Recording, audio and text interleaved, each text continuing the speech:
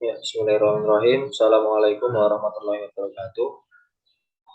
Perkenalkan, nama saya Abdul Aziz Gofar, NIM 2019-20162,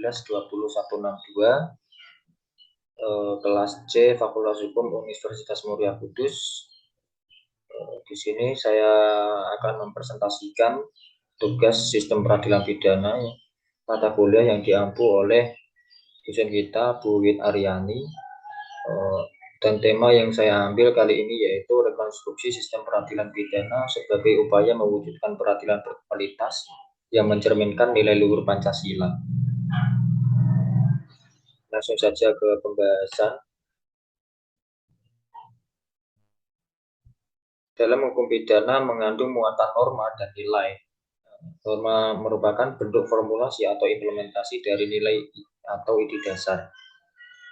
Hukum pidana sebagai salah satu bidang hukum yang berlaku di Indonesia masih menggunakan sumber hukum atau kitab undang-undang hukum pidana atau KUHP yang dilatar belakangi oleh nilai-nilai individual, liberal, dan bersikap sekuler.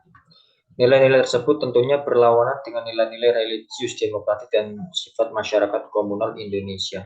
Nah, di sini dalam hukum pidana itu pasti mengandung muatan norma dan nilai. Dari norma dan nilai ini atau yang mendasarkan dari ide dasar itu akan membentuk suatu hukum pidana atau aturan yang mana akan hidup di dalam masyarakat Indonesia. Kemudian dari kumpulan nilai-nilai dan norma tersebut maka terwujudlah suatu hukum atau aturan yang akan hidup di masyarakat komunal Indonesia. Yang tentunya suatu hukum tersebut hidup tidak jauh dari nilai-nilai religius, demokrasi, dan sifat masyarakat yang ada di Indonesia. Namun di sini yang melatar belakangi kenapa perlu diadakannya rekonstruksi sistem peradilan pidana. Di sini negara kita, negara Republik Indonesia itu sudah merdeka, namun undang-undang yang dipakai itu masih undang-undang turunan dari Belanda atau MVS. Maka dari itu, undang-undang dari turunan Belanda itu yang dilatar belakangi oleh nilai-nilai individual, liberal, dan bersifat sekuler tersebut perlu diadakannya rekonstruksi atau pembaruan dalam pembangunan sistem peradilan pidana. Dan kita tahu negara kita adalah negara yang menjunjung tinggi nilai-nilai kekeluargaan, nilai-nilai masyarakat, budaya, dan hal tersebut tidak sesuai dengan nilai-nilai individualisme tadi yang dari turunan Belanda. Kemudian di sini rekonstruksi yang tidak jauh artinya dari membangun dan memperbarui, yang maknanya yaitu menjadi lebih baik dari keadaan semula. Jadi pembaruan hukum ini berkaitan dengan law reform dan law development. Dalam hukum pidana tersebut sebagai penal system reform atau development. Nah, sering disingkat dengan istilah penal reform. Jadi dalam rekonstruksi ini apa itu rekonstruksi, apa yang perlu diperbarui? Nah, diperbarui adalah sistem-sistemnya. Hukum tersebut sudah sejalan dengan keadaan atau norma nilai yang ada di Indonesia atau di negara kita atau belum. Itu yang perlu dipertimbangkan dan juga perlu dinilai. Jika belum, maka perlu diadakannya pembaruan atau pembangunan sistem peradilan pidana. Dalam pembahasan kali ini atau law reforms, nanti saya akan membahas ke dalam 3 pembahasan. Yang pertama ini penal system reforms, criminal structure reform, dan criminal science reform. Oke, langsung berikutnya penal system reform. Ya, di sini nanti bagaimana legalitas hukum yang ada di negara kita itu yang bersifat material, formal, dan pelaksanaan pidana tersebut apakah sudah sesuai dengan nilai-nilai kemasyarakatan yang ada di negara kita. Pada kenyataannya sistem yang dianut oleh negara kita itu adalah masih sistem yang berasal dari turunan Belanda. Hal tersebut sudah dikatakan di awal, di latar belakang tadi, bahwa negara kita itu masih menganut sistem turunan Belanda. Nilai-nilainya itu yang nilai-nilainya itu kuat dengan nilai-nilai individualisme. Nah, hal itu tidak sesuai dengan negara kita yang menganut nilai-nilai kekuatan kebudayaan, kemasyarakatan yang begitu kental. Kemudian criminal structure reforms atau lembaga penegak hukum, di sini nanti akan ada 3 pembahasan yang lebih lanjut, mulai dari penyidikan, penuntutan, dan lembaga pengadilan dan pelaksana. Jadi bagaimana lembaga penegak hukum mulai dari penyidikan, penuntutan, dan pelaksanaan pengadilannya itu apakah sudah sesuai dengan prosedur-prosedur yang sudah tertulis. Jadi hukum yang sudah tertulis itu dalam penegakan hukum, dalam pelaksanaannya itu belum sesuai dengan apa yang sudah tertulis. Sebagai contoh, misal ada seorang mahasiswa yang di situ dia melakukan suatu demonstrasi atau melakukan suatu tindak mencari keadilan. Namun di situ penegak hukum melakukan hal-hal yang sewenang-wenang, disangka bahwa mahasiswa tersebut melakukan hal-hal yang tidak sesuai dengan prosedur demokratis gitu, demonstran. Nah, dalam proses penyidikannya itu penegak hukum meminta penjelasan dengan cara memaksa, padahal dalam hukum kita itu pemaksaan itu tidak diperbolehkan, namun dalam pelaksanaan proses pengadilan penegak hukum melanggar hal-hal tersebut. Nah, kemudian penegak hukum tersebut sudah jelas bahwa dia itu melanggar kode etik. Kode etik ini berjalannya bagaimana? Gitu. Maka dari kasus yang tersebut bisa kita ambil pelajaran bahwa sistem yang ada di negara kita itu belum selamanya berjalan sesuai dengan garis yang sudah tertulis gitu. Kemudian criminal sense reform. Nah, jadi di sini nanti legal budaya kita itu harus sesuai dengan moralitas budaya, ilmu hukum, dan sistem pendidikan. Seperti kasus ada seorang nenek-nenek yang mengambil kayu bakar di tanah milik orang lain. Oke, benar dikatakan bahwa mengambil barang milik orang lain itu adalah tidak benar atau mencuri. Tapi di sini harus dilihat dari sisi lain moralitasnya. Apakah nenek itu mengambil barang orang lain itu untuk meningkatkan atau mengambil keuntungan pada dirinya sendiri?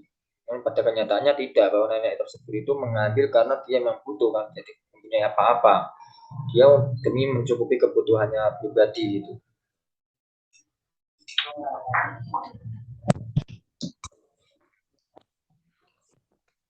Jadi di sini dalam hukum itu perlu dikatakannya pengkajian secara moralitas, budaya, dan ilmu hukum atau sistem pendidikan.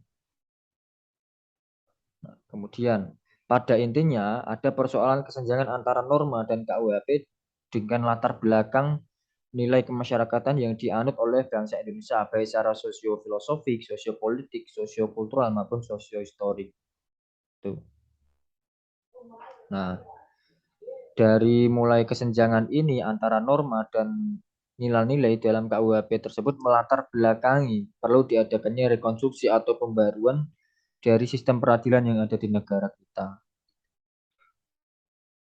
Prof. Sudarto berpendapat berkaitan dengan pembaruan hukum pidana di Indonesia, yakni adalah wajar, beliau mengatakan adalah wajar bahwa negara Republik Indonesia yang merdeka memiliki kitab undang-undang hukum pidana yang bersifat nasional yang dihasilkan sendiri. Ini merupakan suatu kebanggaan nasional yang inherent dengan kedudukannya sebagai negara yang telah melepaskan diri dari penjajahan, adalah tugas dari pembentukan undang-undang untuk menasionalisasikan semua perundang-undangan warisan zaman kolonial dan harus didasarkan kepada Pancasila sebagai sumber dari segala sumber hukum. Nah, benar yang dikatakan oleh Prof. Sudarto bahwa ketika negara kita memiliki kitab undang-undang hukum pidana yang bersifat nasional, nasional ini yang dihasilkan oleh negara sendiri bukan atas turunan dari negara jajahan ya, itu merupakan suatu kebanggaan nasional yang inherent kedudukan negara tersebut lepas dari penjajahan dari negara penjajahan, dalam hal ini negara jajahan Belanda. Nah, kemudian undang-undang tersebut harus sesuai dengan nilai-nilai Pancasila yang bersumber dari nilai-nilai dan moral Pancasila. Gitu. Ada 2 hal yang harus diperhatikan dalam rekonstruksi pembangunan sistem hukum nasional, yaitu yang pertama, dalam kebijakan formulasi hukum pidana, setiap penormaan dalam sistem hukum nasional harus didasari pada konsep nilai-nilai sosiofilosofi, sosiopolitik, dan sosiokultur Indonesia karena hukum pidana suatu bangsa akan mencerminkan konsep nilai bangsa tersebut. Nah, di sini artinya apa? Dalam pembangunan atau pembaruan rekonstruksi sistem hukum nasional itu harus sejalan dengan konsep-konsep nasional gitu, nasionalisasi, nasionalisme sesuai dengan nilai-nilai sosiofilosofi, sosiopolitik dan sosiokultur yang ada di negara kita, negara Republik Indonesia. Harus sesuai dengan nilai-nilai Pancasila. Itu apa? Mulai dari kemasyarakatan, sosial, budaya, religius dan lain-lain itu harus sesuai sejalan dengan nilai-nilai Pancasila tersebut gitu. Kemudian yang nomor 2, setiap implementasi atau pelaksanaan sistem hukum pidana nasional harus memperhatikan rambu-rambu kerangka hukum nasional atau National Legal Framework. Jadi pelaksanaan legal system yang ada di negara kita itu harus sesuai dengan rambu-rambu atau harus sesuai dengan kerangka yang sudah tertulis dalam negara kita yang sudah diresmikan gitu. Jadi si penegak hukum tidak boleh lepas dari apa yang sudah tertulis dalam negara kita. Kemudian, penerapan hukum tidak boleh hanya melihat undang-undang atau ketentuan pidana dengan kacamata kuda. Di sini artinya apa? Tidak boleh melihat dengan kacamata kuda, artinya tidak boleh melihat dengan satu sisi, melainkan ketika ada suatu kasus atau suatu kejanggalan dalam pelanggaran perundang-undangan itu harus dilihat dari beberapa sisi. Tadi saya sudah menjelaskan bahwa ketika ada nenek yang mencuri tersebut, dia yang melatar belakangi dia mencuri itu apa? Entah itu dia emang benar-benar tidak mempunyai uang, tidak mempunyai kebutuhan untuk memenuhi kebutuhannya dalam kehidupan, atau dia emang benar-benar mencuri demi demi apa istilahnya? Dia sudah mempunyai kebutuhan yang sudah mumpuni tapi mencuri lagi itu yang kesalahan. Kemudian harus sesuai dengan penerapan hukum pidana harus dilakukan dengan pemanaan yang harus dihubungkan dengan jiwa, spirit, ide, dan dasar. Jadi keseluruhannya harus dipikirkan juga mulai dari jiwa, spirit, ide dasar, dan lain-lain harus sesuai dengan rambu-rambu harus dipertimbangkan. Beberapa ketentuan hukum nasional secara tegas memberikan rambu-rambu. Nah, contoh di sini saya mencantumkan beberapa contoh, 3 contoh dari beberapa contoh yang sekian banyak. Itu yang pertama, Pasal 28D UUD Negara Republik Indonesia tahun 1945 menyatakan bahwa setiap orang berhak atas kepastian hukum yang adil dan perlakuan yang sama di hadapan hukum. Artinya apa? Artinya kepastian hukum tidak sekedar kepastian undang-undang yang bersifat formal atau formal legal certainty, akan tetapi juga kepastian hukum yang bersifat material atau substantif atau material certainty. Di sini jadi setiap orang itu memiliki rasa kepastian hukum dan keadilan hukum di hadapan hukum itu. Tidak boleh pandang bulu, dia anak orang kaya, dia anak orang miskin, dia anak pejabat, dia anak orang biasa, itu harus sama di hadapan hukum. Tidak boleh pandang bulu, pandang kulit.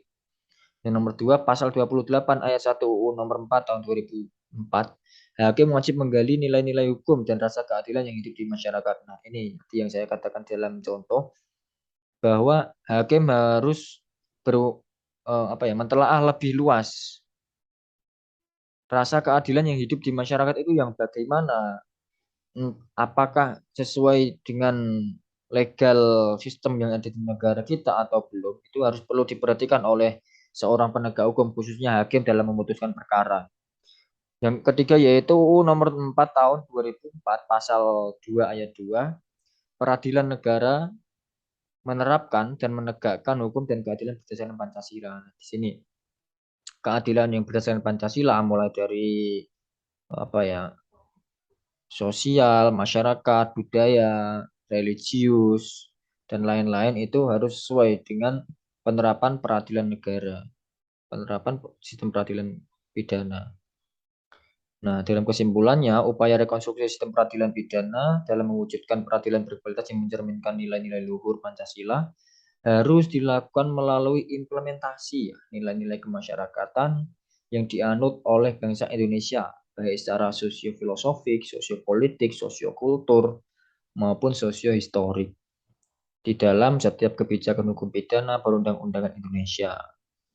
Praktek kebijakan formulasi hukum, pidana, dan penegakan hukum harus mendasarkan dan memperhatikan konteks keindonesiaan, khususnya kondisi lingkungan sistem hukum Indonesia yang tentunya bersumber dari Pancasila. Di sini rekonstruksi ini perlu diadakannya rekonstruksi karena apa? Karena sistem hukum yang kita anut saat ini adalah sistem hukum turunan Belanda. Nah, hal tersebut perlu diadakannya rekonstruksi karena apa? Karena undang-undang yang dari turunan Belanda itu belum sepenuhnya sesuai dengan sosio-filosofik, sosiopolitik, dan sosiokultur dan sosiohistoris yang ada di negara kita.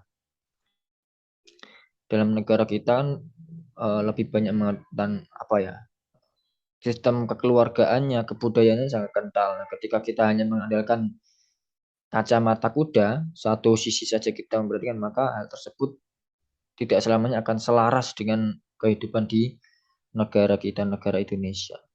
Demikian penjelasan dari kami, kurang lebihnya mohon maaf. Billahi fi sabilil haq, fastabiqul khairat. Wassalamualaikum warahmatullahi wabarakatuh.